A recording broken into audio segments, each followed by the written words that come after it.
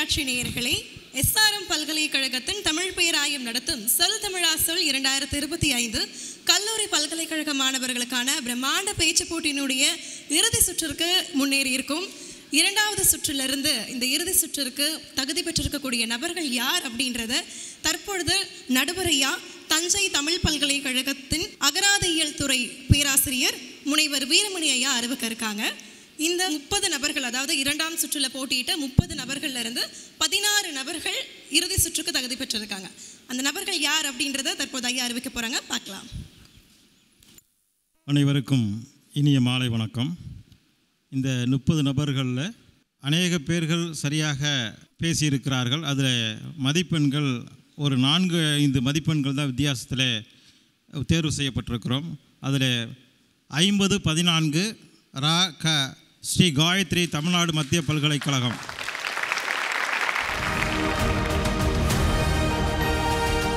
இவர்கள் அடுத்த சுற்றுக்கு தேர்வாயிருக்கிறார்கள். நன்றி. இந்த 16 நபர்களும் இரண்டாவது சுற்றில் போட்டியிட்ட 30 நபர்கள்லேருந்து தேர்வாகியிருக்காங்க. முதல் சுற்றில் 100க்கும் மேற்பட்ட மாணவர்களிடம் போட்டியிட்டு இப்போது இறுதி சுற்றுக்கு 16 நபர்களாக தேர்வாகி நிற்கிறாங்க. தொடர்ந்து இந்த 16 நபர்களுக்குள்ளே நடக்க போகிற போட்டியிலிருந்து 8 நபர்கள் பரிசுகள் பெற இருக்காங்க. அதில் முதல் பரிசு 1 லட்சம் ரூபாயும், இரண்டாம் பரிசு 75,000 ரூபாயும், மூன்றாம் பரிசு 50,000 ரூபாயும், 5 நபர்களுக்கு ஆறுதல் பரிசாக தலா 20,000 ரூபாயும் வழங்கப்பட உள்ளது. இந்த சொல் தமிழா சொல் நிகழ்ச்சி என்பது ஒவ்வொரு மண்டலமாக 4 மண்டலங்கள் முடிந்து இது 5வது மண்டலமாக நடைபெறுகிறது. மிக அற்புதமாக இந்த நிகழ்ச்சியானது உலகத்தில் இருக்கின்ற தமிழர்கள் அனைவரும் காணும்படியாக இந்த நிகழ்வு நடந்து கொண்டிருக்கிறது. மிகுந்த பொருள் செலவு தமிழுக்காக கடலெங்கே தமிழர் நலம் அங்கெல்லாம் தலையிட்டு கிளர்ச்சிசை என்று பாவேந்தன் பாரதிதாசன் சொன்னதுக்கு இணங்க தமிழ் எங்கெல்லாம் நசுக்கப்படுகின்றதோ அங்கெல்லாம் தலையிட்டு அதற்கு முட்டு கொடுத்து அதை தூக்கி நிறுத்துகின்ற அரும்பணியிலே நம்மளுடைய பாரிவேந்தர் அவர்கள் இதில் செயலாற்றி கொண்டிருக்கின்றார். அவர்களுக்கு இந்த நேரத்தில் இந்த சொல் தமிழா சொல் நிகழ்ச்சியில் நடுவராக இருந்து பணியாற்றியமைக்காக அவருக்கு நெஞ்சார்ந்த என்னுடைய நன்றியையும் வணக்கத்தையும் தெரிவித்துக் கொள்கிறேன். இந்த நிகழ்ச்சியானது மேலும் செழித்து ஓங்க வேண்டும். இந்த தமிழ்நாடு முழுக்க மட்டுமல்லாமல் இந்திய முழுமைக்கும் இந்த நிகழ்ச்சியை கொண்டு செல்ல வேண்டும். இன்னும் சொல்லப்போனால் உலகத்தில் இருக்கின்ற உலக நாடுகளில் இருக்கின்ற தமிழர்களுக்கெல்லாம் இந்த நிகழ்ச்சி அங்கே இருக்கின்ற தமிழ் பயில்கின்ற மாணவர்களுக்கும் இந்த நிகழ்ச்சியை கொண்டு செல்ல வேண்டும் என்று தமிழ் பேராயம் ஐயா இயக்குனர் அவர்களையும் நான் இந்த நேரத்திலே நான் கேட்டுக்கொள்கின்றேன். வேந்தர் அவர்களுக்கும் ஒரு அன்பு கட்டளையாக சொல்லுகின்றேன். உலகத்தில் இருக்கின்ற தமிழ் மாணவர்களுக்கு இந்த பேச்சு போட்டியை எடுத்து நடத்த வேண்டும். அதிலே உலகத்தில் இருக்கின்ற தமிழர்களெல்லாம் பார்ப்பதற்கு ஒரு நல் வாய்ப்பாக அது அமையும் என்று கூறி சிறப்பாக இந்த நிகழ்ச்சி நடந்தேற என்னுடைய இனிமையான வாழ்த்துக்களையும் தெரிவித்துக் கொள்கின்றேன். இந்த இறுதி சுற்று அப்படின்றது கேள்வி மற்றும் விவாதத்திற்கான அரங்கா இருக்கும். அதாவது இந்த முதல் 2 சுற்றுகளில் போட்டியாளர்கள் அவங்களுடைய திறமைகளை தனித்தனியாக வெளிப்படுத்தியிருப்பாங்க. இந்த 3வது சுற்று அப்படின்றப்போ 3வது சுற்றில் போட்டியாளர்கள் இணைகளாக அவங்களுடைய திறமைகளை வெளிப்படுத்த இருக்காங்க. முதல்ல 2 போட்டியாளர்களும் வருவாங்க. அவங்களுக்கு ஆல்ரெடி அவங்களுடைய லாட் நம்பர் கொடுக்கப்பட்டிருக்கும். மேலே மேடையில் ஏறி அவங்களுக்கான தலைப்புகளை குழுக்கள் முறையில் தேர்ந்தெடுத்து அவங்க எடுக்க போகிறாங்க. இந்த இறுதி சுற்றினுடைய முக்கியமான சிறப்பம்சம் என்ன அப்படின்னா, அந்த தலைப்புகள் சார்ந்த கருத்துக்களை அவங்க 1 நிமிடத்தில் தான் தயார் பண்ண போகிறாங்க. அந்த 1 நிமிடத்தில் தயார் செஞ்ச கருத்துக்களை தான் அவங்க பேசவும் இருக்காங்க. மாணவர்கள் எப்படி பேசுகிறாங்கன்றதை பார்ப்போம். முதன்னதாக அவங்க பேசக்கூடிய நேரம் அப்படின்றது முதலாவது பேசக்கூடிய மாணவர்கள் முதல் சுற்றில் இறுதி சுற்றினுடைய முதல் நபருக்கும் 2வது நபருக்கும் தனித்தனியாக 3 நிமிடங்கள் வழங்கப்படும். தனித்தனியாக அவங்க பேசினதுக்கு அப்புறம் இருவரும் அவர்களுடைய கருத்துக்களை எதிர்த்து மறுத்து பேசுவாங்க. அதற்கு 1 நிமிடம். அடுத்ததாக நடுவர்கள் அவங்ககிட்ட கேள்வி எழுப்புவாங்க. ஸோ இந்த இறுதி சுற்று அப்படின்றது விவாதம் மற்றும் கேள்விக்கான அரங்காக இருக்கும். இந்த இறுதி சுற்று எப்படி இருக்க போது, மாணவர்கள் எப்படியெல்லாம் பேச போகிறாங்க அப்படின்றத பார்க்கலாம். இந்த இறுதி சுற்றினுடைய முதல் போட்டியாளர்கள் பதிவு எண்கள் 5014, 5047. என்னுடைய தலைப்பு கல்வியின் அடிப்படை நோக்கம் பண்பாட்டை வளர்ப்பதே. அவ்வை சொல்லுவார், அறம் செய்ய விரும்பு என்று. அறம் செய் என்ற அதிகாரம் காட்டவில்லை, அறம் செய்ய விரும்பு என்று பணிவையும் கற்றுக் கொடுத்து அங்கு ஒரு பண்பாட்டை மரபு வழியாக கற்றுக் கொடுக்கிறார். அதேதான் வள்ளுவனும் அன்றறிவாம் எண்ணாது அறம் செய்க என சொல்கிறார். கல்வியின் அடிப்படை தேவையாக இங்கு அது நிதர்சனமான உண்மையாக இருக்கிறது. கல்வியின் வாயிலாக ஒரு நல்லாட்சி அமைகிறது, அதன் மூலமாக பண்பாடு விரிசலடைகிறது. இன்று இந்த மேடையில் பேச போகும் தமிழ் பேச்சு போட்டி கூட ஒரு பண்பாட்டின் ஒரு உச்சமாக கருதுகிறது என்று சொன்னால் அது உண்மையான நிதர்சனமான உண்மை அல்லவா? ஆகவே கல்வியின் அடிப்படை நோக்கம் பண்பாட்டை வளர்ப்பதுதான் எனது பேச்சின் நிறைவாக கூறுகிறேன். கல்வியின் அடிப்படை நோக்கம் பணம் சம்பாதிப்பதே. தோழி பேசினார்கள், என்னென்னவோ பேசினார்கள், பழைய கூற்றையெல்லாம் எடுத்துரைத்தார்கள். ஆனால் இன்றைய காலத்தில் உண்மையில் கல்வியின் அடிப்படை நோக்கம் பணம் சம்பாதிப்பதற்காக மட்டும்தான் இருக்கிறது. உதாரணத்திற்கு சொல்ல வேண்டுமானால் 12ஆம் வகுப்பு முடித்து தொலைக்காட்சியில் பேட்டி கொடுக்கும் பொழுது நான் சேவை செய்ய போகிறேன் என்று சொன்ன எந்த மாணவனையும் சேவை செய்ததாக நான் பார்த்ததே இல்லை. பணத்திற்காக மட்டும்தான் அவர்கள் ஓடிக்கொண்டிருக்கின்றார்கள். சொல்ல வேண்டுமானால் கல்வி கற்பதற்கே பணம் கட்ட வேண்டியதாக இருக்கின்றது. எல்லாவற்றிற்கும் நுழைவுத் தேர்வு, அவற்றிற்கே முதலில் நமக்கு தேவையாக இருப்பது பணமான ஒன்றாகத்தான் இருக்கிறது. இன்று SRM தமிழ் பேராயம் சொல் தமிழா சொல் என்ற போட்டியை நடத்தி கொண்டிருக்கின்றது. பரிசு என்ன? பரிசு என்ன? எதற்காக இவர்கள் இவ்வளவு வாதிட்டு கொண்டிருக்கின்றார்கள், இவ்வளவு பேசிக் கொண்டிருக்கின்றார்கள்? 1,00,000, 75,000, 50,000, 20,000 அவையெல்லாம் என்ன? பணம் தானே. இங்கு வந்திருக்கின்றார்கள் என்றால் கல்வி கற்று உழைத்து போராடி பயணம் செய்து என்னோடு சக தோழியாக இன்று என்னை எதிர்த்து பேசிக் கொண்டிருக்கிறார்களே, இவர்கள் எதற்காக வந்திருக்கிறார்கள்? அந்த 1,00,000த்திற்காகவும் 50,000த்திற்காகவும் 75,000த்திற்காகவும் தானே வந்திருக்கின்றார்கள். எங்களுக்கு நேர்காணல்கள் இருக்கின்றது, நாளை அந்த நேர்காணல் இருக்கின்றது. அந்த நேர்காணலையும் விட்டுவிட்டு இந்த பரிசிற்காக நான் இங்கு வந்திருக்கின்றேன் என்றால் அடிப்படை நோக்கம் உண்மையாக நிதர்சனமாக சொல்ல வேண்டுமானால் அது பணம் சம்பாதிப்பதாக மட்டும்தானே இருக்கின்றது. இன்று எல்லாருக்கும் தேவையான ஒன்றாக இருப்பது பணம் தான். சகோதரி ரொம்ப அழகா பேசினாங்க. இன்றைக்கு பேசக்கூடிய பேச்சு போட்டிக்கே பொருண்மையா இருக்கிறது பணம் தானே அப்படின்னு சொன்னாங்க. ஆமா சகோதரி, நான் இல்லைன்னு சொல்ல. அதோட மூல கருத்து என்ன? நீங்க என்ன பேசுறீங்கிற கருத்துக்கு உள்ள பொருண்மைக்கு ஏற்ற பரிசாகத்தான் இங்க செல்வம் இருக்கிறதே ஒழிய செல்வம் தான் அடிப்படையாக இருக்கிறது என்று சொன்னால் அது எப்படி ஏற்றுக்கொள்ள முடியும்? ஆகையால் சகோதரி கூறிய பதில் எனக்கு நேர்த்தியாக இல்லை.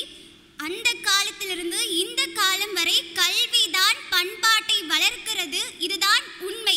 ஆகையால் தான் பண்பாடு இப்பொழுது வளர்ந்து கொண்டே இருக்கிறது தமிழ் மாணவர்கள் மத்தியில் என்று கூறி உரையை நிறைவு செய்கிறேன்.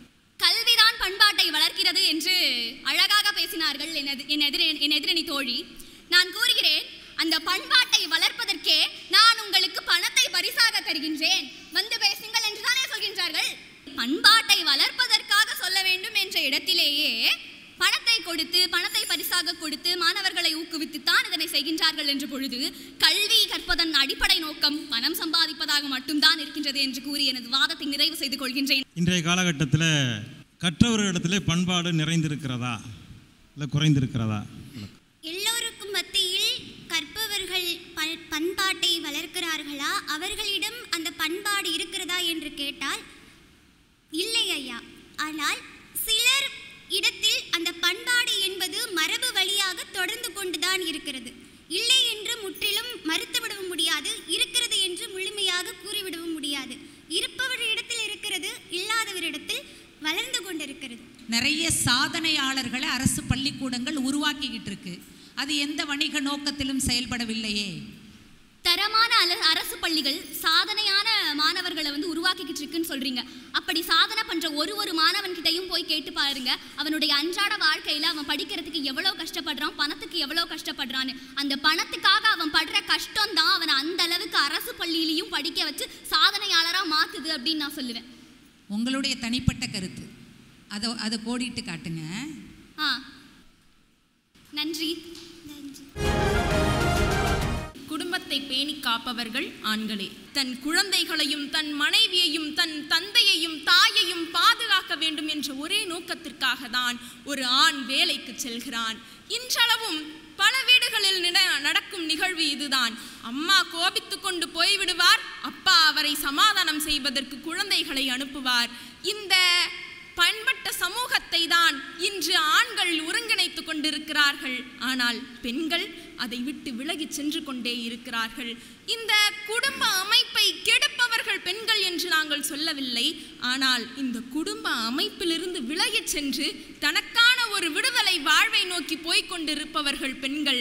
ஆனால் ஆண்கள் அந்த குடும்பத்திலேயே அவர்களுக்கான விடுதலை அமைப்பை உருவாக்கி தர வேண்டும் என்று போராடி கொண்டிருக்கிறார்கள். ஆகவே குடும்பத்தை முழுவதும் பேணி காப்பவர்கள் ஆண்களாகத்தான் இருக்கிறார்கள். குடும்பத்தை பேணி காப்பவர்கள் பெண்களே என்று பேச விழைகின்றேன். பெண்கள் ஒரு குடும்பத்தினுடைய கண்களாக விளங்கி கொண்டிருப்பவர்கள். குடும்பத்தின் கண்களாக மட்டுமல்லாது நாட்டின் கண்களாகவும் பெண்கள் தான் விளங்கி கொண்டிருக்கிறார்கள். ஏன் தெரியுமா? ஆணை காட்டிலும் பெண்ணுக்குத்தான் ஒரு குடும்ப வளர்ச்சியில் அதிக பங்கு இருக்கிறது. ஆண் சம்பாதித்து வந்து தன்னுடைய மனைவியிடம்தான் அந்த பொருளை கொடுப்பான். அதனை பதமாக பகுத்து இதமாக வகுத்து குடும்பத்தை சரியான முறையில் நிலைநிறுத்துபவள் பெண்தான். அந்த பெண் சாதாரணமானவள் அல்ல, அந்த பெண் பராசக்திக்கு ஒப்பானவள். இங்கு மட்டுமல்ல, ஒக்கூர் மாசாத்தி பாடிய சங்க பெண்புலவி சங்க மரத்தி ஒருத்தி தன்னுடைய முதல் நாள் போரிலே தன்னுடைய தந்தையை இழந்து, அடுத்த நாள் போரிலே தன்னுடைய கணவனை இழந்து, மூன்றாவது நாள் போரிலே தன்னுடைய பிள்ளைக்கு ஆறுதல் சொல்லி ஒருத்தியால் அனுப்ப முடிகிறது என்று சொன்னால் அவளுடைய வீரம் எப்படிப்பட்டது, அவள் இந்த குடும்பத்தை பேணி காட்பதினுடைய மரம் எப்படிப்பட்டது என்பதை நாம் உணர்ந்து பார்க்க வேண்டும். பெண் என்பவள் இந்த உலகத்தை ஆளுகின்ற சக்தி. அவளால் குடும்பத்தை பேணி காக்க முடியும் என்பதை உறக்கமாக இறுக்கமாக இந்த இடத்தில் பதிவு செய்கிறேன். அண்ணன் அவர்கள் ஒரு இடத்தில் அவரே அறியாமல் பிழை செய்து விட்டார். சங்கப்பாடலில் ஒரு பெண் அவள் குடும்பத்தை, அவள் தந்தையை, அவள் கணவனை, அவள் மகனை போருக்கு அனுப்பி ஒரு குடும்பத்தை பேணி காத்தார். இது கடைசியில் சொன்ன குறிப்பு.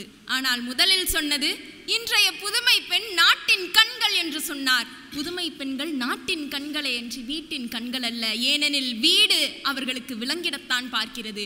எனவே வெளியேறி நாட்டின் கண்களாக மிளிர்வதையே பெண்கள் விரும்புகிறார்கள்.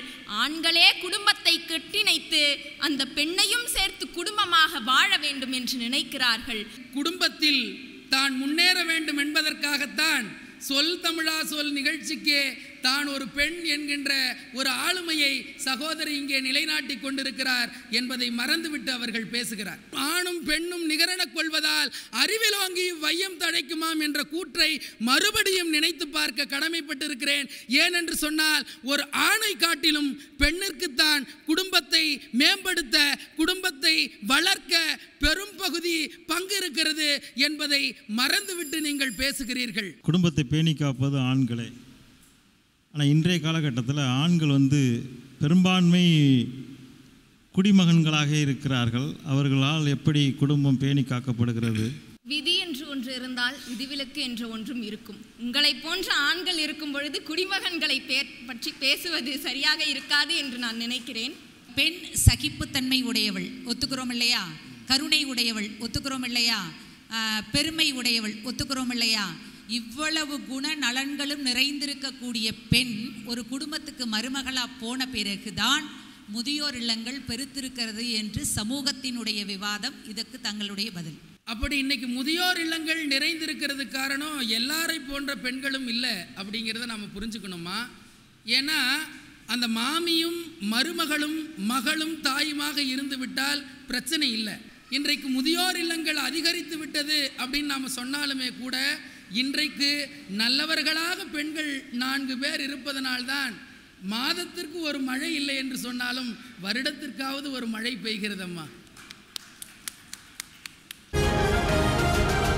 இன்றைய தலைமுறையினிடம் தாய்மொழி பற்றி மிதந்து இருக்கிறது என்பதற்கு நானும் ஒரு எடுத்துக்காட்டு. நடுவர் அவர்களே, தாயை படித்தவனை யார் தடுத்தாலும் விடாதே, தமிழை படித்தவனை உன் தாயே தடுத்தாலும் விடாதே என்று சொன்னார்கள். ஆக இந்த இளைஞர்களிடம் தாய்மொழி பற்றி மிகுந்து இருக்கிறதா என்று கேட்டால், ஒருவேளை தாய்மொழி பற்றி எங்களிடம் மிகுந்து இல்லை என்றால் இப்படி ஒரு பேச்சு போட்டியில் 100க்கும் அதிகமான பேர் இங்கு கலந்திருக்கவே மாட்டார்கள். தமிழ்மொழி மட்டுமல்ல, ஒவ்வொரு உலகத்திலும் ஒவ்வொரு இடத்திலும் அவரவர்களுக்கான தாய்மொழி மீது அவரவர்களுக்கு பற்று மிகுந்து கொண்டுதான் இருக்கிறது. அன்றே மொழிப்போர் அன்றே நம்முடைய தமிழகத்திலே தன் தாய்மொழிக்காக இன்னுரையிட்டார்கள் அன்று. இன்று இன்னுரை தருகிறார்களா என்று கேட்டால், மும்மொழி கொள்கையை திணிக்கும் போது அதற்கு போராடுவதற்கு இளைஞர்கள் முன்வருகிறார்களே, அதிலிருந்து தெரிவதில்லையா தாய்மொழி பற்றி இன்றைய இளைஞர்களிடம் மிகுந்து இருக்கிறது? அண்ணன் அருமையாக கூறினார். தமிழ் மொழி இன்றைய தலைமுறையிடம் நன்றாக வளர்ந்து கொண்டிருக்கிறது என்று.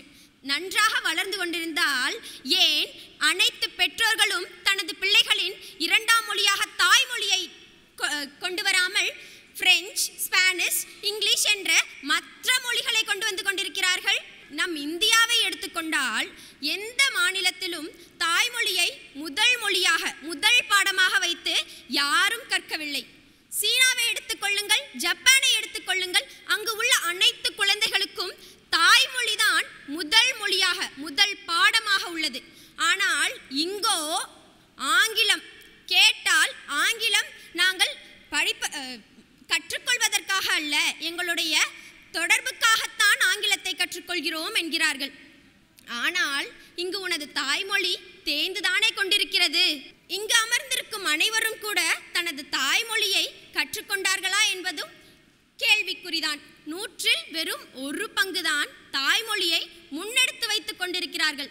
1 பங்கு என்றும் பத்தாதுதானே. 100ல் 1% மாணவர்கள் தான் தாய்மொழியை படிக்கிறார்கள். மற்ற நாடுகளை தங்கை அவர்கள் ஒப்பிட்டு காட்டினார்கள். எல்லா நாடுகளிலுமே தாய்மொழி கட்டாயமாக இருக்கிறதா என்று கேட்டால் இல்லை என்பது நிதர்சனமான உண்மை. நான் தமிழகத்தை எடுத்துக்கொண்டு உங்களோடு விவாதிக்க விரும்புகிறேன் தங்கை. தமிழகத்திலே எத்தனை மொழிகள் வேண்டுமானாலும் வரலாம், எத்தனை மொழிகளை வேண்டுமானாலும் மாணவர்கள் விரும்பி படிக்கலாம். ஆனால் தாய்மொழிக்கு ஒரு இலக்கு என்றால் முதலில் கரம் கொடுப்பது இளையர் பட்டாளம்தான். தாய்மொழிக்கு மட்டுமல்ல, தாய்மொழியின் பண்பாட்டுக்கு ஒரு தடங்கல் வந்தால் மெரினாவிலே லட்சக்கணக்கான மின்மினி விளக்குகள் எரியும் என்பதை சொல்லிக் கொடுக்கிறேன். தாய்மொழிக்கு ஒரு களங்கம் என்றால் கை கொடுப்பது இளைஞர்கள் தான் என்று அண்ணன் அழகாகத்தான் கூறினார். கை மட்டும் கொடுத்தால் பத்தாது, உன் தாய்மொழியை முதலில் கற்றுக்கொள்ள வேண்டும். நீ தெளிவாக கற்றுக்கொள்ள வேண்டும். தாய்மொழி என்றும் ஒரு மனிதனுக்கு அவசியம்தான். ஆனால் அந்த அவசியத்தையே இன்று அத்தியாவசியமாக கருதி கொண்டிருக்கிறது நமது சமூகம். தாய் தமிழ் பள்ளிகள் எல்லாம் வெகுவாக மூடப்பட்டு கொண்டிருக்கிறது. அப்படி இருக்கிற போது எப்படி வளர்கிறது என்று சொல்லுகிறீர்கள்? பேச்சு போட்டிக்கு வர என்னோட பல மாணவர்கள், என்னோட நண்பர்கள் எல்லாருமே தமிழ் வழியில் தாய்மொழியில் படிச்சுட்டு தான் இன்றைக்கி முதுகலை வரைக்கும் நாங்கள் வளர்ந்துருக்கோம். என்னோட வகுப்பில் வணிகவியல் படிக்கிற மாணவர்கள் இருக்கிறாங்க, பொருளாதாரம் படிக்கிற மாணவர்கள் இருக்கிறாங்க, இன்ஜினியரிங் படிக்கிற மாணவர்கள் இருக்காங்க. எல்லாருமே தமிழ் சார்ந்து பேச்சு போட்டியில் பேசுகிற நாங்கள் எல்லாருமே தாய்மொழி தமிழ் வழியாக தமிழ் பள்ளிக்கூடங்களில் படித்து தான் வளர்ந்து இருக்கோம். இந்த கருத்து உடன்பட்டு இல்லை எனக்கு. சிங்கப்பூர், மலேசியா, ஸ்ரீலங்கா 3லையுமே ஆட்சி மொழியாக தமிழ் தான் இருக்குது. இது தேய்கிறதுன்னு நாம் எப்படி ஏற்றுக்க முடியும்? அம்மா, நம்மளுடைய தாய்மொழியை நம்ம கொண்டாடலம்மா. நம்ம நாட்டில் கொண்டாடலை. நம்மளுடைய தாய்மொழியை நம்மளை தவிர மற்ற எல்லாருமே கொண்டாடிட்டு தான் இருக்காங்கம்மா. நம்மளுடைய தாய்மொழியை நம்ம கொண்டாடணும் இல்லையா? முதல்ல நம்ம அதுக்கு மேலே ஆர்வம் காட்டணும் இல்லையா? அப்படின்றது தாம்மா என்னோட வாதம். இன்றைய சூழலில் அரசியல் நாகரிகம் வளர்ந்து வருகிறது. மன்னன் எவ்வளியோ மக்கள் அவ்வளி என்பதெல்லாம் அன்றைய காலம். அவை அனைத்தும் பழைய நெறிகள். ஆனால் இன்றோ மக்கள் எவ்வளியோ ஆட்சி அவ்வளி என்பதுதான் புதிய நெறியாகி கொண்டிருக்கிறது. ஏனென்றால் மக்களால் மக்களுக்காக மக்களே தேர்ந்தெடுத்துக் கொள்ளப்படும் ஆட்சிதான் இன்றைய சமூகத்தில் நிலவி வருகிறது என்று கூறலாம். ஒவ்வொரு சமுதாயமும் ஒவ்வொரு தலைமுறையும் இளைய சமுதாயத்தை நம்பிதான் இருக்கிறது. இளைஞர்களே, நாளைய சமுதாய மேடை நம்மளை போன்ற இளைஞர் படைக்கு தான் சொந்தமாக வேண்டும் என்று கூறி நம்மளுடைய இந்த அரசியல் வளர்ச்சியானது இன்னும் பரந்துபட்ட பார்வையில் இருக்க வேண்டும். அனைவரும் விழித்திருங்கள், வீறு கொண்டு எழுங்கள். வளமான சமுதாயம் வளர்ந்து கொண்டுதான் இருக்கிறது. அதனை யாராலும் மறுக்க இயலாது. அதனால் அரசியல் இன்றைய சமூகத்தில் வளர்ந்து கொண்டிருக்கிறது என்று என்னுடைய உரையை நிறைவு செய்கிறேன். இன்றைய அரசியலில் நாகரீகம் குறைந்து வருகிறது. ஆம் தோழர்களே, நீங்கள் எடுத்துக்கொள்ளுங்கள். அதாவது முன்பாக இருந்த முதலமைச்சர்கள், அதாவது காமராசர் அவர்கள் தோற்கடிக்கப்பட்டு பேரறிஞர் அண்ணா அவர்கள் அரசியல் பொறுப்பிலே ஏற்கிறார். அப்பொழுது பேரறிஞர் அண்ணா அவர்கள் சொல்லுகிறார், நான் வெற்றி அடைந்து விட்டேன் என்று நான் பெருமைப்படவில்லை. நாம் தோற்கடித்தது ஒரு மிகப்பெரிய சமூக தலைவனை தோற்கடித்து விட்டோம். ஆக நாமும் தான் தோற்று போயிருக்கிறோம் மக்களே என்று சொன்னால் அவர்தான் உண்மையான தலைவர். ஆனால் இன்றைக்கு இருக்கிற அரசியல் சூழ்நிலையிலே ஒரு மேடை நாகரிகம் கூட என்ன என்று தெரியாத சில அரசியல் தலைவர்கள் தவறான வார்த்தைகளை பயன்படுத்துவது, ஆபாச வார்த்தைகளை சொல்லுவது, அது மட்டுமா எதிர்த்து பேசும் தலைவர்கள் என்ன என்று பேசுகிறார்கள் கூட தெரியாமல் எதுகை மோனையாக ஏதேனும் பேச வேண்டும் என்று பேசுகிறார்கள். இதுதான் உங்களுடைய அரசியல் நாகரிகமா? இன்றைய சூழலில் அரசியல் நாகரிகம் என்பது குறைந்து கொண்டே வருகிறது. மக்களால் மக்களுக்காக மக்களே செய்யக்கூடிய ஆட்சிதான் இந்த மக்களாட்சி. ஆனால் அப்படி இன்றைக்கு இல்லை என்பதுதான் என்னுடைய விவாதமாக வைக்கிறேன். அரசியலில் நீங்கள் ஈடுபடவில்லை என்றால் அரசியல் உங்கள் வாழ்வில் ஈடுபட்டுவிடும் என்று லெனின் அவர்கள் அன்றே கூறியிருக்கிறார். அதனால் இன்று இருக்கக்கூடிய அரசியலில் உள்ள அத்துணை குறைகளையும் தோழி அவர்கள் எடுத்து வைத்தார்கள். இவை அத்துணையும் யார் கையில் இருக்கிறது? இளைஞர்கள், மக்களாகிய நம்மளுடைய கையில் தான் இருக்கிறது. அரசியல் என்பது குறைந்து கொண்டு வருகிறது என்று தோழி கூறியிருக்கிறாள். அவை அனைத்திற்கும் நாம் தான் காரணம் என்பதையும் நீங்கள் சிந்திக்க வேண்டும். விழிப்புணர்வு பெற வேண்டும். மக்களை நீங்கள் விழிப்புணர்வு அடைய செய்ய வேண்டும். மிகப்பெரிய ஆயுதம் கல்வி என்பது உங்கள் கையில் இருக்கிறது என்பதை நான் நினைவுபடுத்த விரும்புகிறேன். நன்றி. அவர் சொன்னார், நல்ல தலைவரை தேர்ந்தெடுப்பதற்கான சக்தியும் யாரை தேர்ந்தெடுக்க வேண்டும் என்பதும் தன் கையில் இருக்கிறது என்று. 18 வயதுடைய சிறுவனை நீங்கள் கூட்டி அவனிடம் கேட்டீர்கள் என்று சொன்னால் இன்றைக்குதான ஜனநாயகத்தை பற்றி சொல்லுவான். இன்றைக்கு எந்த கட்சியை எடுத்துக்கொண்டாலும் ஒவ்வொரு நிலவரத்தையும் அவன் புட்டு புட்டு வைப்பான். அவனிடம் யாரும் சென்று அரசியல் பேசவில்லை. எங்கள் கையில் கைபேசி இருக்கிறது. ஆக நடக்கின்ற அனைத்து ஊழல்களும் அனைத்து அநீதிகளும் எங்களுக்கு தெரிந்து கொண்டுதான் இருக்கிறது. அதனால் தான் நாங்கள் சொல்லுகிறோம் இன்றைய அரசியலில் நாகரிகம் குறைந்து விடுகிறது என்று. ஒருவர் தனி மனித தாக்குதல் அரசியலில் இன்னைக்கு இருக்குதே, அது நாகரிகம் உடையதா? ஐயா, தனி மனித தாக்குதல் இருக்கிறது என்று கூறுகிறீர்கள். அரசியல் என்பதே ஒரு தனி மனிதன் அல்ல. இவை அனைத்தும் ஒன்று சேர்ந்த ஒரு குழுவாக, ஒரு சமூகமாக நாம் அனைவரும் பயணிக்கக்கூடிய ஒரு விடயம். தனி மனிதன் என்ற ஒற்றை சொற்களால் அது நடைபெறாது. நாம் அனைவரும் ஒன்றிணைந்தால்தான் ஓசை பிறக்கும் என்பதால் அனைவரும் ஒன்றிணைந்து செயல்படுவோம் என்ற ஒற்றை கூற்றால் அங்கு தனி மனித அந்த சிக்கல்கள் ஏற்படலாம் என்பது என்னுடைய எண்ணம். பாராளுமன்றத்தில் முக்கிய பொறுப்புகளை, முக்கிய துறையை பெண்களுக்கு கொடுக்குறாங்க. இது அதிகமாயிருக்கா, குறைஞ்சிருக்கா? எப்படி குறைஞ்சிருக்குன்னு சொல்ல முடியும்? அம்மா, ஏதோ ஒரு இடத்துல சமூக நீதி அப்படிங்கிறது எல்லாருக்கும் 100 மக்களுக்கும் சரிசமமாக கிடைக்கப்பட்டாதானம்மா அது சமூக நீதி. ஏதோ ஒரு 50 பேருக்கு மட்டும் கிடைக்கிற ஒரு நீதியை முழுமையான முன்னேற்றம்னு யாராலும் ஏற்றுக்கொள்ள முடியாதுல்ல. அப்போ கடையனையும் கடைத்தேற்றம் காண செய்யணுங்கிற எல்லாருக்கும் சரிசமமாக கிடைச்சதுன்னா அந்த கூற்றை நம்ம ஏற்றுப்போம். அப்போது இதில் ஏற்ற இறக்கம் இருக்குங்கும் போது அதை குறையாதானமா நம்ம சொல்ல முடியும்? மனதிற்கு மகிழ்ச்சியை சேர்ப்பது பழைய திரை இசை பாடல்களே என்பதுதான். எனக்கு இந்த தலைப்பை கொடுத்தவுடன் ஒரு மகிழ்ச்சி ஏற்பட்டது. இங்கு இருப்பவர்கள் எல்லாம் பழைய திரை இசை பாடல்களை ரசித்த நபர்களாகத்தான் என் முன் இருக்கிறார்கள் என்பது எனக்கு பெருமித மகிழ்ச்சி. மாபெரும் சபைகளில் நீ நடந்தால் உனக்கு மாலைகள் விழ வேண்டும். ஒரு மாசு குறையாத மன்னவன் இவன் என்று போற்றி புகழ வேண்டும் என்ற ஒரு பாடல் என்னுடைய காதில் ஒலித்தால் போகும். என்னுடைய மனதில் ஒரு மகிழ்ச்சி பிறக்கும், ஒரு உற்சாகம் பிறக்கும். இன்று ஒரு தோல்வியை கண்டு நான் நிற்கிறேன் என்றால் அடுத்த மேடையில் எனக்கு முன்பு இருப்பவர்கள் எல்லாம் என்னை போற்றும் அளவிற்கு அறவழியில் நான் நடக்க வேண்டும் என்ற ஒரு கருத்தை அந்த அரை மணி நேரத்தில் நான் கேட்கக்கூடிய பாடல் என்னை மாற்றிவிடுகிறது. அது மட்டுமல்ல, பழைய திரையிசை பாடல்கள் எல்லாம் ஒரு கருத்தை ஆழமாக பதிவு செய்வார்கள். அந்த கருத்தை நாம் கேட்கும் பொழுது நம்முடைய மனது எத்தகைய துயரத்தில் இருந்தாலும் நம்மளை அந்த கவலையிலிருந்து வெளிப்படுத்துவதற்கான அத்துணை கருத்துக்களும் அந்த பழைய திரையிசை பாடல்களில் இருக்கிறது என்றுதான் நாம் சொல்ல வேண்டும். மனதுக்கு மகிழ்ச்சி தருவது புதிய இசைத்திரை பாடல்களை என்று நான் பேச வந்திருக்கிறேன். எடுத்துக்காட்டாக விஜய் ஆண்டனியின் பாடலை எடுத்துக்கொள்வோம். அர்த்தம் புரியாது, தாளம் புரியாது, ராகம் புரியாது, எப்பா சக்கரை எக்கா சக்கரை அவ்வளோதான் பாட்டு முடிஞ்சிருச்சு. ஆனால் அது கொடுக்குற ஒரு புத்துணர்ச்சி இருக்குது பார்த்தீங்களா? வேறு எந்த ஒரு பழைய பாடல்களும் எனக்கு அதை கொடுத்தது கிடையாது. ராகம் இருக்கா, தாளம் இருக்கா, எல்லாமே இருக்கு. புதிய கருத்துக்களும் இருக்கு, அறிவியலும் இருக்கு புதிய திரை இசை பாடல்கள்ல. அது தர மாதிரி மகிழ்ச்சி வேற எந்த பாடல்களும் கொடுக்காது. காலையில எந்திரிச்ச உடனே பழைய பாட்டை போட்டாங்கன்னா எந்திரிச்சு வந்த தூக்கம் மறுபடியும் போய் தூங்குற அளவுக்கு பழைய பாடல்கள் இருக்கு. ஆனா இப்ப இருக்கிற புதிய திரை இசை பாடல்கள் எப்படி இருக்கு தெரியுமா? இதய துடிப்பை இன்னும் துடிப்பை ஏற்றி ஏற்றி உற்சாகப்படுத்தி எடுத்து சொல்கிறது. அவ்வளவு அழகான மெட்டுக்கள், தடை, அதை உடை, அதில் சரித்திரம், படை, இப்படின்னு காலையில ஒருத்தர் உங்கள்கிட்ட சொன்னா எவ்வளவு உற்சாகமா இருக்கும். வாழ்க்கையில இருக்க எல்லா தடையும் உடைச்சிட்டு நம்ம முன்னாடி போகணும் அப்படின்ற ஒரு ஆசை. மகிழ்ச்சியை தருவது புதிய திரை இசை பாடல்களே என்று சொல்லி விடைபெறுகிறேன். சகோதரி அருமையா நிகழ்கால திரை இசை பாடலை பற்றி பேசினார்கள். நான் அவர்களுக்கு புரியவில்லை. தற்காலத்தில் வரக்கூடிய பாடல்கள் எல்லாம் தேநீரினுடைய வரலாறை மட்டுமல்ல, மது பாட்டில்களினுடைய வரலாறையும் தான் பேசுகிறது. சமீபத்தில் வந்த பாடல் 10வது பாட்டில் நான் குடிக்க அண்டாவ கொண்டா சியர்ஸ் அடிக்க, இது தேநீர் வரலாற்றை மட்டுமா சொல்கிறது, மதுவினுடைய வரலாற்றையும் சொல்கிறது. தூக்க கலக்கத்தில் வார்த்தைகளே புரியாத பாடலை கேட்டால் எப்படிங்க சகோதரி அது உங்களுக்கு புத்துணர்ச்சியை கொடுக்கும்? நீங்கள் பழைய தத்துவ பாடல்கள்லாம் எடுத்து கேட்டு பாருங்க. தூக்கி எழுந்திரிச்சோன்னே என்ன, தூங்கிட்டு இருக்கும் போதே நீங்கள் எழுந்திரிச்சு நான் இனிமேல் எல்லாரும் சாதிப்பேன், எதையாவது ஒரு வெற்றியை நோக்கி போவேங்கிற ஒரு தன்னம்பிக்கையை மகிழ்ச்சியை கொடுக்கிறது பழைய திரை இசை பாடல்கள். சகோதரி சொன்னாங்க புதிய திரை இசை பாடல்கள்ல தான் மதுபானம் பத்தி பேசியிருக்காங்கன்னு. பழைய திரை இசை பாடல்கள் எத்தனை இந்த மாதிரி பாடல்கள் இருக்கு. எடுத்துக்காட்டாக சொன்னால் ராத்திரி நேரத்து பூஜையில் என்ற பாடல்கள் வரவில்லையா? இன்றைய காலகட்டத்தில் இன்றைய இளைஞர்களுக்கு அது மகிழ்ச்சியை தரக்கூடியதாக இருக்கிறதா இந்த பழைய பாடல்கள்?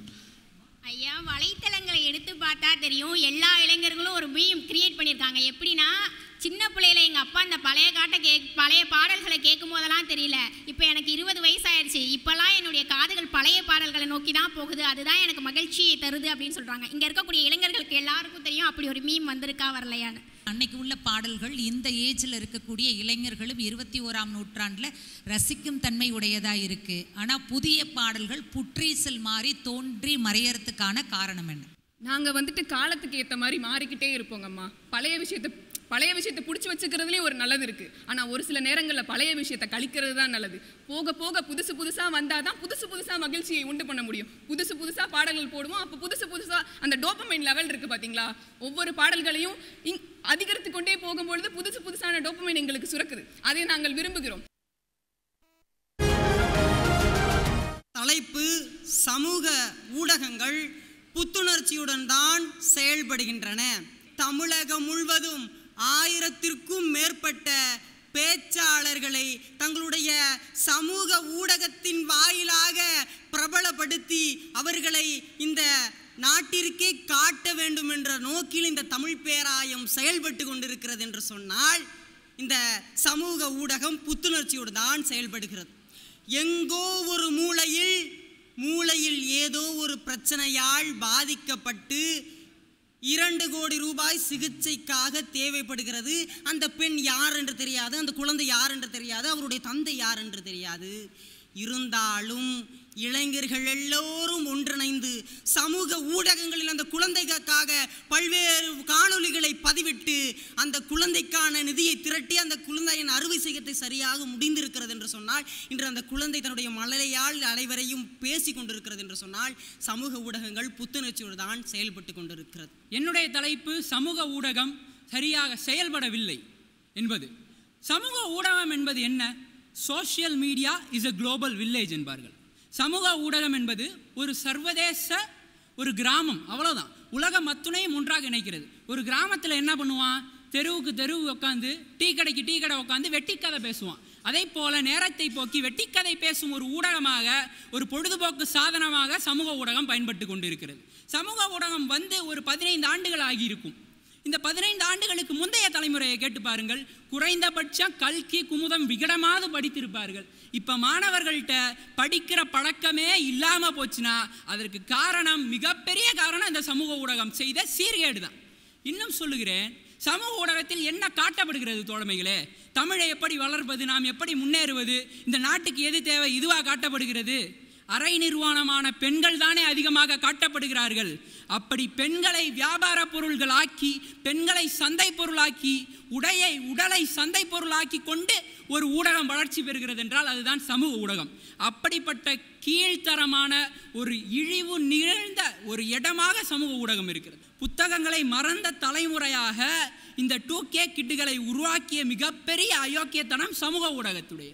அண்ணன் அருமையாக கூறினார், சமூக ஊடகங்களில் அரைகுறை ஆடைகளுடன் பெண்களை காட்டுவது தானே சமூக ஊடகம். நான் கேட்கிறேன், அதை ஏன் நீங்கள் பார்க்கிறீர்கள்? எதை நாம் அதிகமாக சமூக ஊடகங்களில் தேடுகிறோமோ அதைத்தான் அது நமக்கு தருகிறது.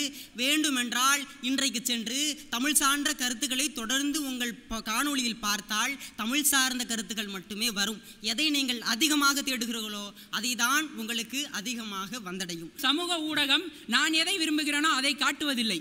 அவன் ஒன்றை காட்டுவான், அதை நான் விரும்பினேன் என்றால் மறுபடியும் காட்டுவான். ஏன் விளம்பரங்களை எடுத்துக்கொள்ளுங்களேன். விளம்பரங்களில் எவ்வளவு ஆபாசமான காட்சிகள் இன்று இடம்பெறுகிறது. விளம்பரத்தை நான் என்ன பார்க்க விரும்புகிறேனா என்ன? விளம்பரமே அப்படிதான் இருக்கிறது. இன்னைக்கு இருக்கின்ற குழந்தைகளை கேம் விளையாட்டில் அடிமைப்படுத்தி இருக்குது. அதனால் மாணவர்கள் ஒரு வகையான புத்துணர்ச்சி மூளை தூண்டுதலுக்கு ஆட்பட்டு அதிலேயே மூழ்கி போயிடுறாங்க அப்படின்னு சொல்கிறீங்க. இப்போ இதை தவிர்க்கிறதுக்கு என்ன வழி இருக்கிறது? ஐயா, மிக எளிமையான விடயம். இதை தவிர்ப்பதற்கு சமூக வலைதளத்திலிருந்து அவர்களுடைய கவனத்தை விளையாட்டின் பக்கமோ இசையின் பக்கமோ எக்ஸ்ட்ரா கரிக்குலர் ஆக்டிவிட்டீஸ் என்று சொல்லக்கூடிய அவர்களுக்கு எதில் இன்ட்ரெஸ்ட் இருக்கோ, அவனுக்கு எதில் ஆர்வம் இருக்கா. ஒருத்தனுக்கு ஓவியம் நல்லா வரைய தெரியும், ஒருவன் அழகாக பாடுவான். அந்த கலைகளின் ஊடாக திசை திருப்புவதன் மூலமாக மிக எளிமையாக அந்த சமூக ஊடகத்தின் மாயையை ஈஸியாக கலைஞ்சிடலாம். அவனுடைய வாழ்க்கையில் அவன் மிகப்பெரிய பாடகராகவோ மிகப்பெரிய எழுத்தாளராகவோ பேச்சாளராகவோ கூட வந்து விடலாம். இன்னைக்கு தேவையே இல்லாமல் பொறுப்பற்ற விஷயங்களை சமூக ஊடகங்களில் நீங்கள் கொண்டு வரீங்க. ஒரு சான்று சொல்லணும் அப்படின்னா, எதையாவது ஒரு தகவலை போட்டு இந்த தகவலை நீங்கள் ஷேர் பண்ணிங்கன்னா உங்கள் வீட்டுக்கு நல்லது சேரும் அப்படின்னு ஒரு மூட நம்பிக்கையை ஏன் பண்ணுறீங்க? எவர் ஒருவர் தன்னுடைய அது போன்ற கருத்துக்களை பதிவிட வேண்டும் நினைக்கிற நான் குறிப்பாக சொல்ல வேண்டும் என்று சொன்னால், நான் இது போன்ற கருத்துக்கள் வந்தால் அதை நான் தவிர்த்து விடுவேன். இதுபோல் எல்லோரும் தவிர்த்து விட்டால் நன்மை நடக்கும். கண்டிப்பாக அவர்களும் பொறுப்பானவர்களாக மாறுவார்கள். உடலுக்கு நலம் பயப்பது நகர்ப்புற உணவே என்ற தலைப்பில் நான் உரையாற்றுகிறேன்.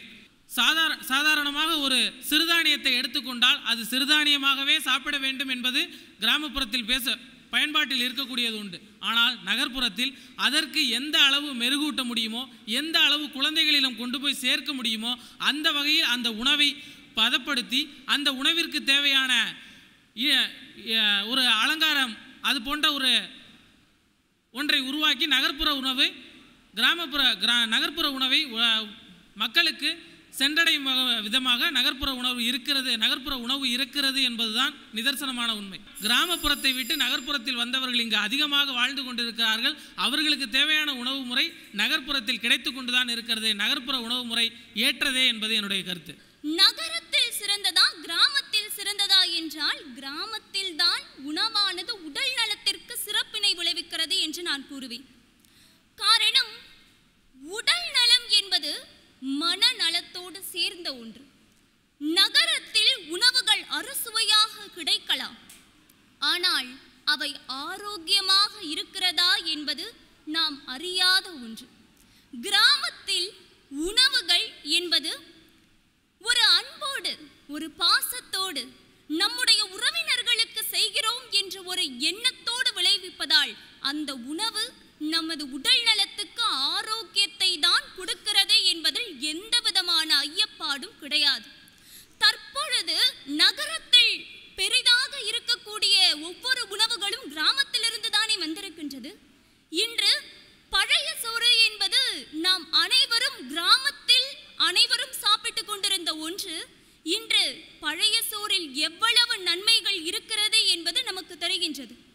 ஆக நம்முடைய கிராமத்து உணவுதான் நமது உடல் நலனை ஆரோக்கியமாக பாதுகாக்கிறது என்பதில் எந்தவித ஐயமும் கிடையாது. நகர்ப்புறத்தில் இருக்கக்கூடிய உணவையே தரமானதாக பயன்படுத்தினா நிச்சயமா அவங்களுக்கு அந்த உடல்நிலைக்கு தேவையான ஆரோக்கியமும் கிடைக்கும். அதனால ஏற்படுற பாதிப்பும் குறையும். அதனால நகர்ப்புறத்தில் இருக்கக்கூடிய உணவு என்பது தரமானதை நாம் தேடி கண்டுபிடித்து உணவு அருந்த வேண்டும் என்பது என்னுடைய கருத்து.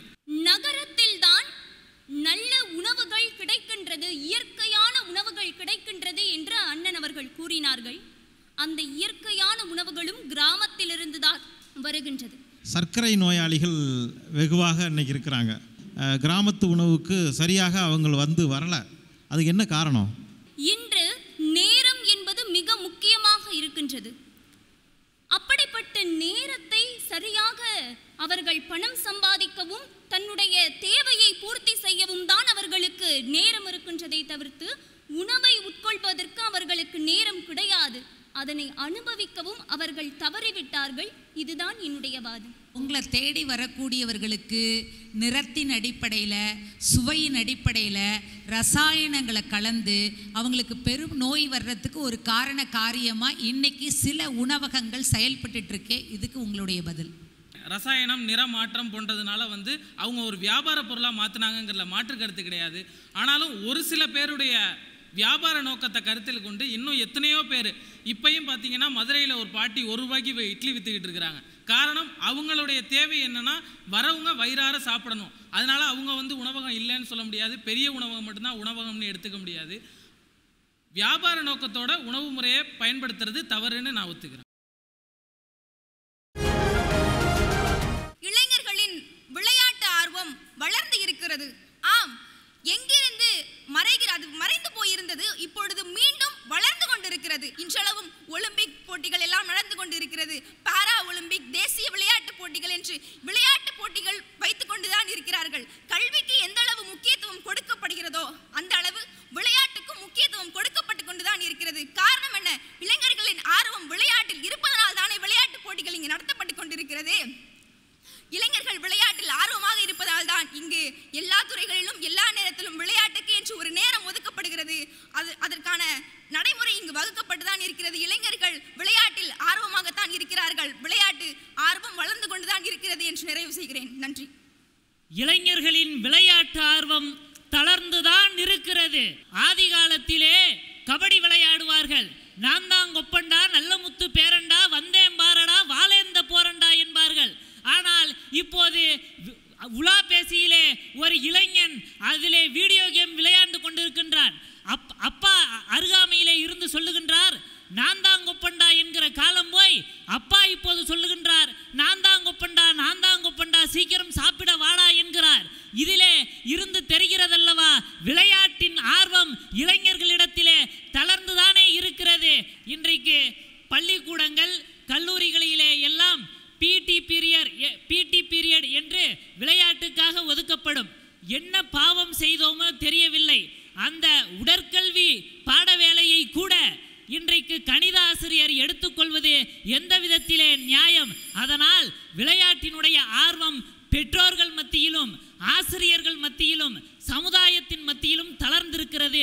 அதனால் எங்களை போன்ற இளைஞர்கள் மத்தியிலும் தளர்ந்துதான் இருக்கிறது என்று தலைப்பை நிரூபணம் செய்கிறேன். கபடி போட்டி, அதற்கு ப்ரோ கபடி என்று வைத்து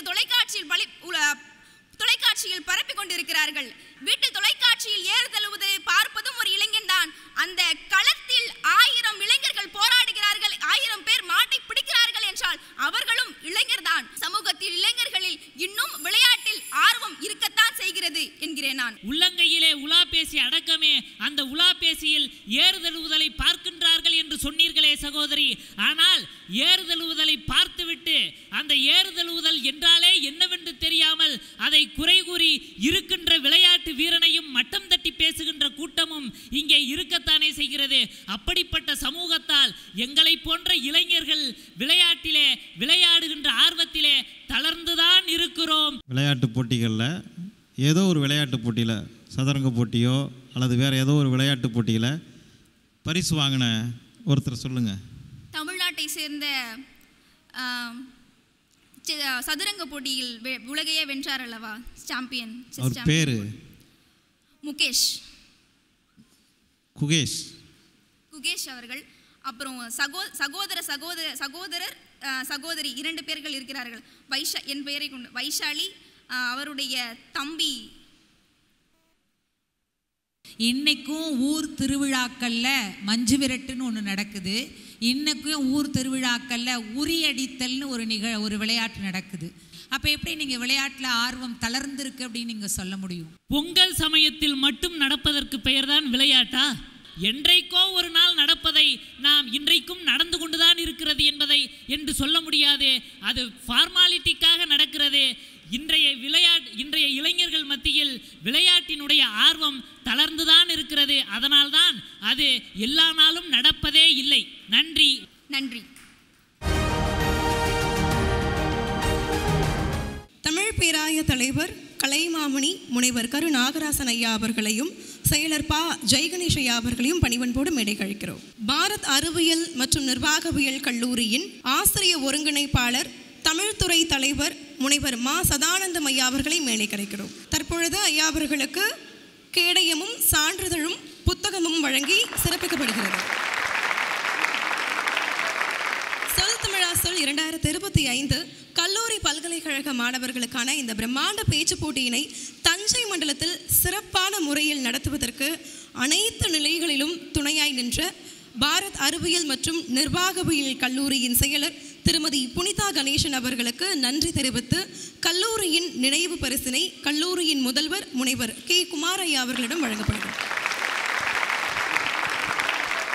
எஸ்ஆர்எம் பல்கலைக்கழகத்தின் தமிழ் பேராயம் நடத்தும் சொல் தமிழா சொல் 2025 கல்லூரி பல்கலைக்கழக மாணவர்களுக்கான பிரம்மாண்ட பேச்சு போட்டி இன்று காலையிலிருந்து தஞ்சை மண்டலத்தில் ரொம்ப சிறப்பான முறையில் நடைபெற்று 3 சுற்றுகளும் நிறைவடைந்திருக்கு.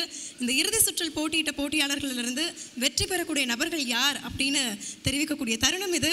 2 சுற்றுகளுக்கு, அதாவது 2ஆம் சுற்றுக்கும் இறுதி சுற்றுக்கும் நடுவர் பணியாற்றிய நடுவர் பெருமக்கள் தஞ்சை தமிழ் பல்கலைக்கழகத்தின் அகராதியியல் துறையில் பேராசிரியர் முனைவர் வீரமணி ஐயா அவர்களையும் பட்டிமன்ற பேச்சாளர் திருமதி முத்துலட்சுமி அம்மா அவர்களையும் மேடை கழிக்கிறோம்.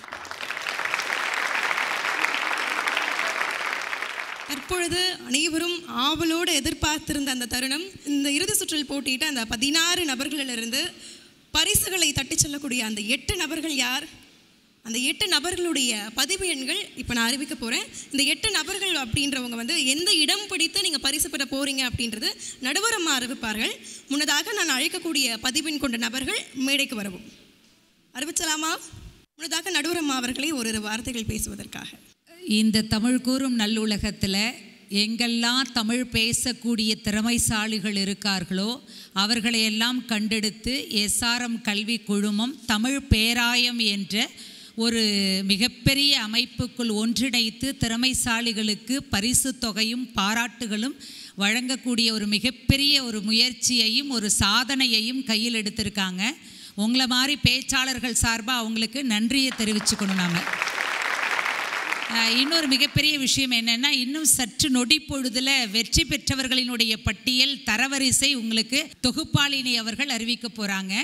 வெற்றி பெற்றவர்களுக்கு பாராட்டுகளையும் இந்த குழுமத்தின் சார்பாக நாளை வெற்றி பெறுவதற்காக காத்து கொண்டிருக்கக்கூடிய அனைத்து பேச்சாளர் பிள்ளைகளுக்கும் உங்களுக்கு பாராட்டுகளையும் வாழ்த்துதலையும் தெரிவிச்சுக்கிறோம். வாழ்க்கையில் 1000 தடைக்கல்லப்பா, தடைக்கல்லும் உனக்கொரு படிக்கல்லப்பா. வெற்றி பெற்றவர்கள் மகிழ்ச்சியோடு செல்லுங்கள்.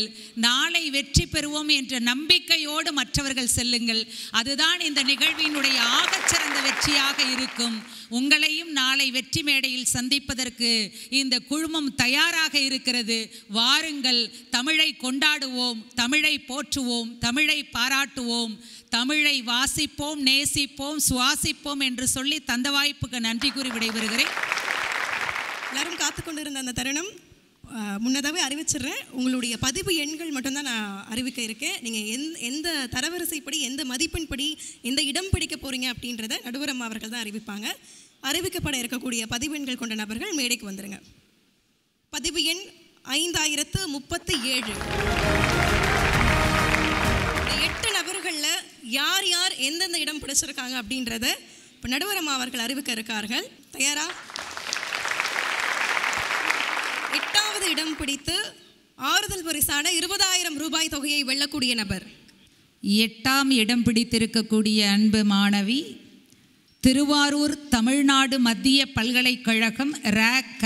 ஸ்ரீ காயத்ரி. அடுத்ததாக 7ஆம் இடம் பிடித்து ஆறுதல் பரிசான 20,000 ரூபாய் தொகையை வெல்லக்கூடிய நபர். மயிலாடுதுறை அன்பநாதபுரம் வகையற அறத்துறை கல்லூரி நா. சத்யபிரியன்.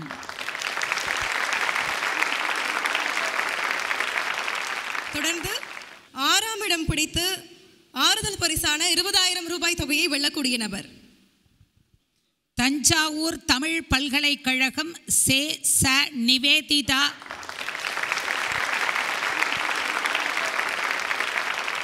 5ஆம் இடம் பிடித்து ஆறுதல் பரிசான 20,000 ரூபாய் தொகையை வெல்லக்கூடிய நபர். தஞ்சாவூர் அரசர் கல்லூரி ச. பிரபாகரன்.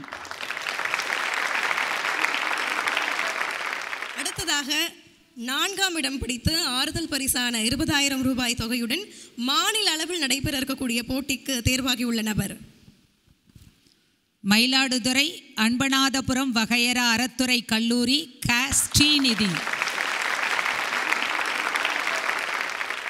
3ஆம் இடம் பிடித்து 50,000 ரூபாய் பரிசு தொகையை வெல்லக்கூடிய நபர் தஞ்சை தமிழ் பல்கலைக்கழகம் வாசுதேவன். மீதமுள்ள 2 நபர்கள் முன்னாடி வரலாமே. முதல் பரிசும் மற்றும் 2ஆம் பரிசு யார் யார் பெற போறாங்கன்னு பார்க்கறதுக்கு முன்னாடி ஒரு சின்ன கவுண்ட் டவுன் போயிடலாமா? 10 9 8 7 6 5 4 3 2 1. முதல் பரிசு பெற்று 1,00,000 ரூபாய் பரிசு தொகையை வெல்லக்கூடிய நபர். எல்லாருக்கும் ஹார்ட் பீட் அதிகமாகுதுன்னு நினைக்கிறேன். முதல் பரிசை தட்டி செல்லக்கூடிய தஞ்சாவூர் குந்தவை நாச்சியார் அரசு கல்லூரி மாணவி காவியா முதல் பரிசை தட்டி செல்கிறார் உங்களுடைய பலத்த கரகோஷத்திற்கு இடையில். அடுத்ததாக 2ஆம் இடம் பிடித்து 75,000 ரூபாய் பரிசு தொகையை வெல்லக்கூடிய நபர். இப்போ உங்களுக்கு ஹார்ட் பீட்லாம் சாதாரணமாக இருக்கும். ஏன்னா 2 பேரில் ஒருத்தவங்க முதல் பரிசுன்னு அறிவிச்சாச்சு. 2வது நபர் 2வது பரிசு தான். இருந்தாலும் உங்களுடைய பலத்த கரகோஷத்திற்கு இடையில் தஞ்சாவூர் ராஜா சரபோஜி அரசு கல்லூரி பிரைசிங் ஜோஸ்வா 2ஆம் பரிசை பெற்று ரூபாய் 75,000 தட்டி செல்கிறார் உங்கள் வீட்டு பிள்ளை.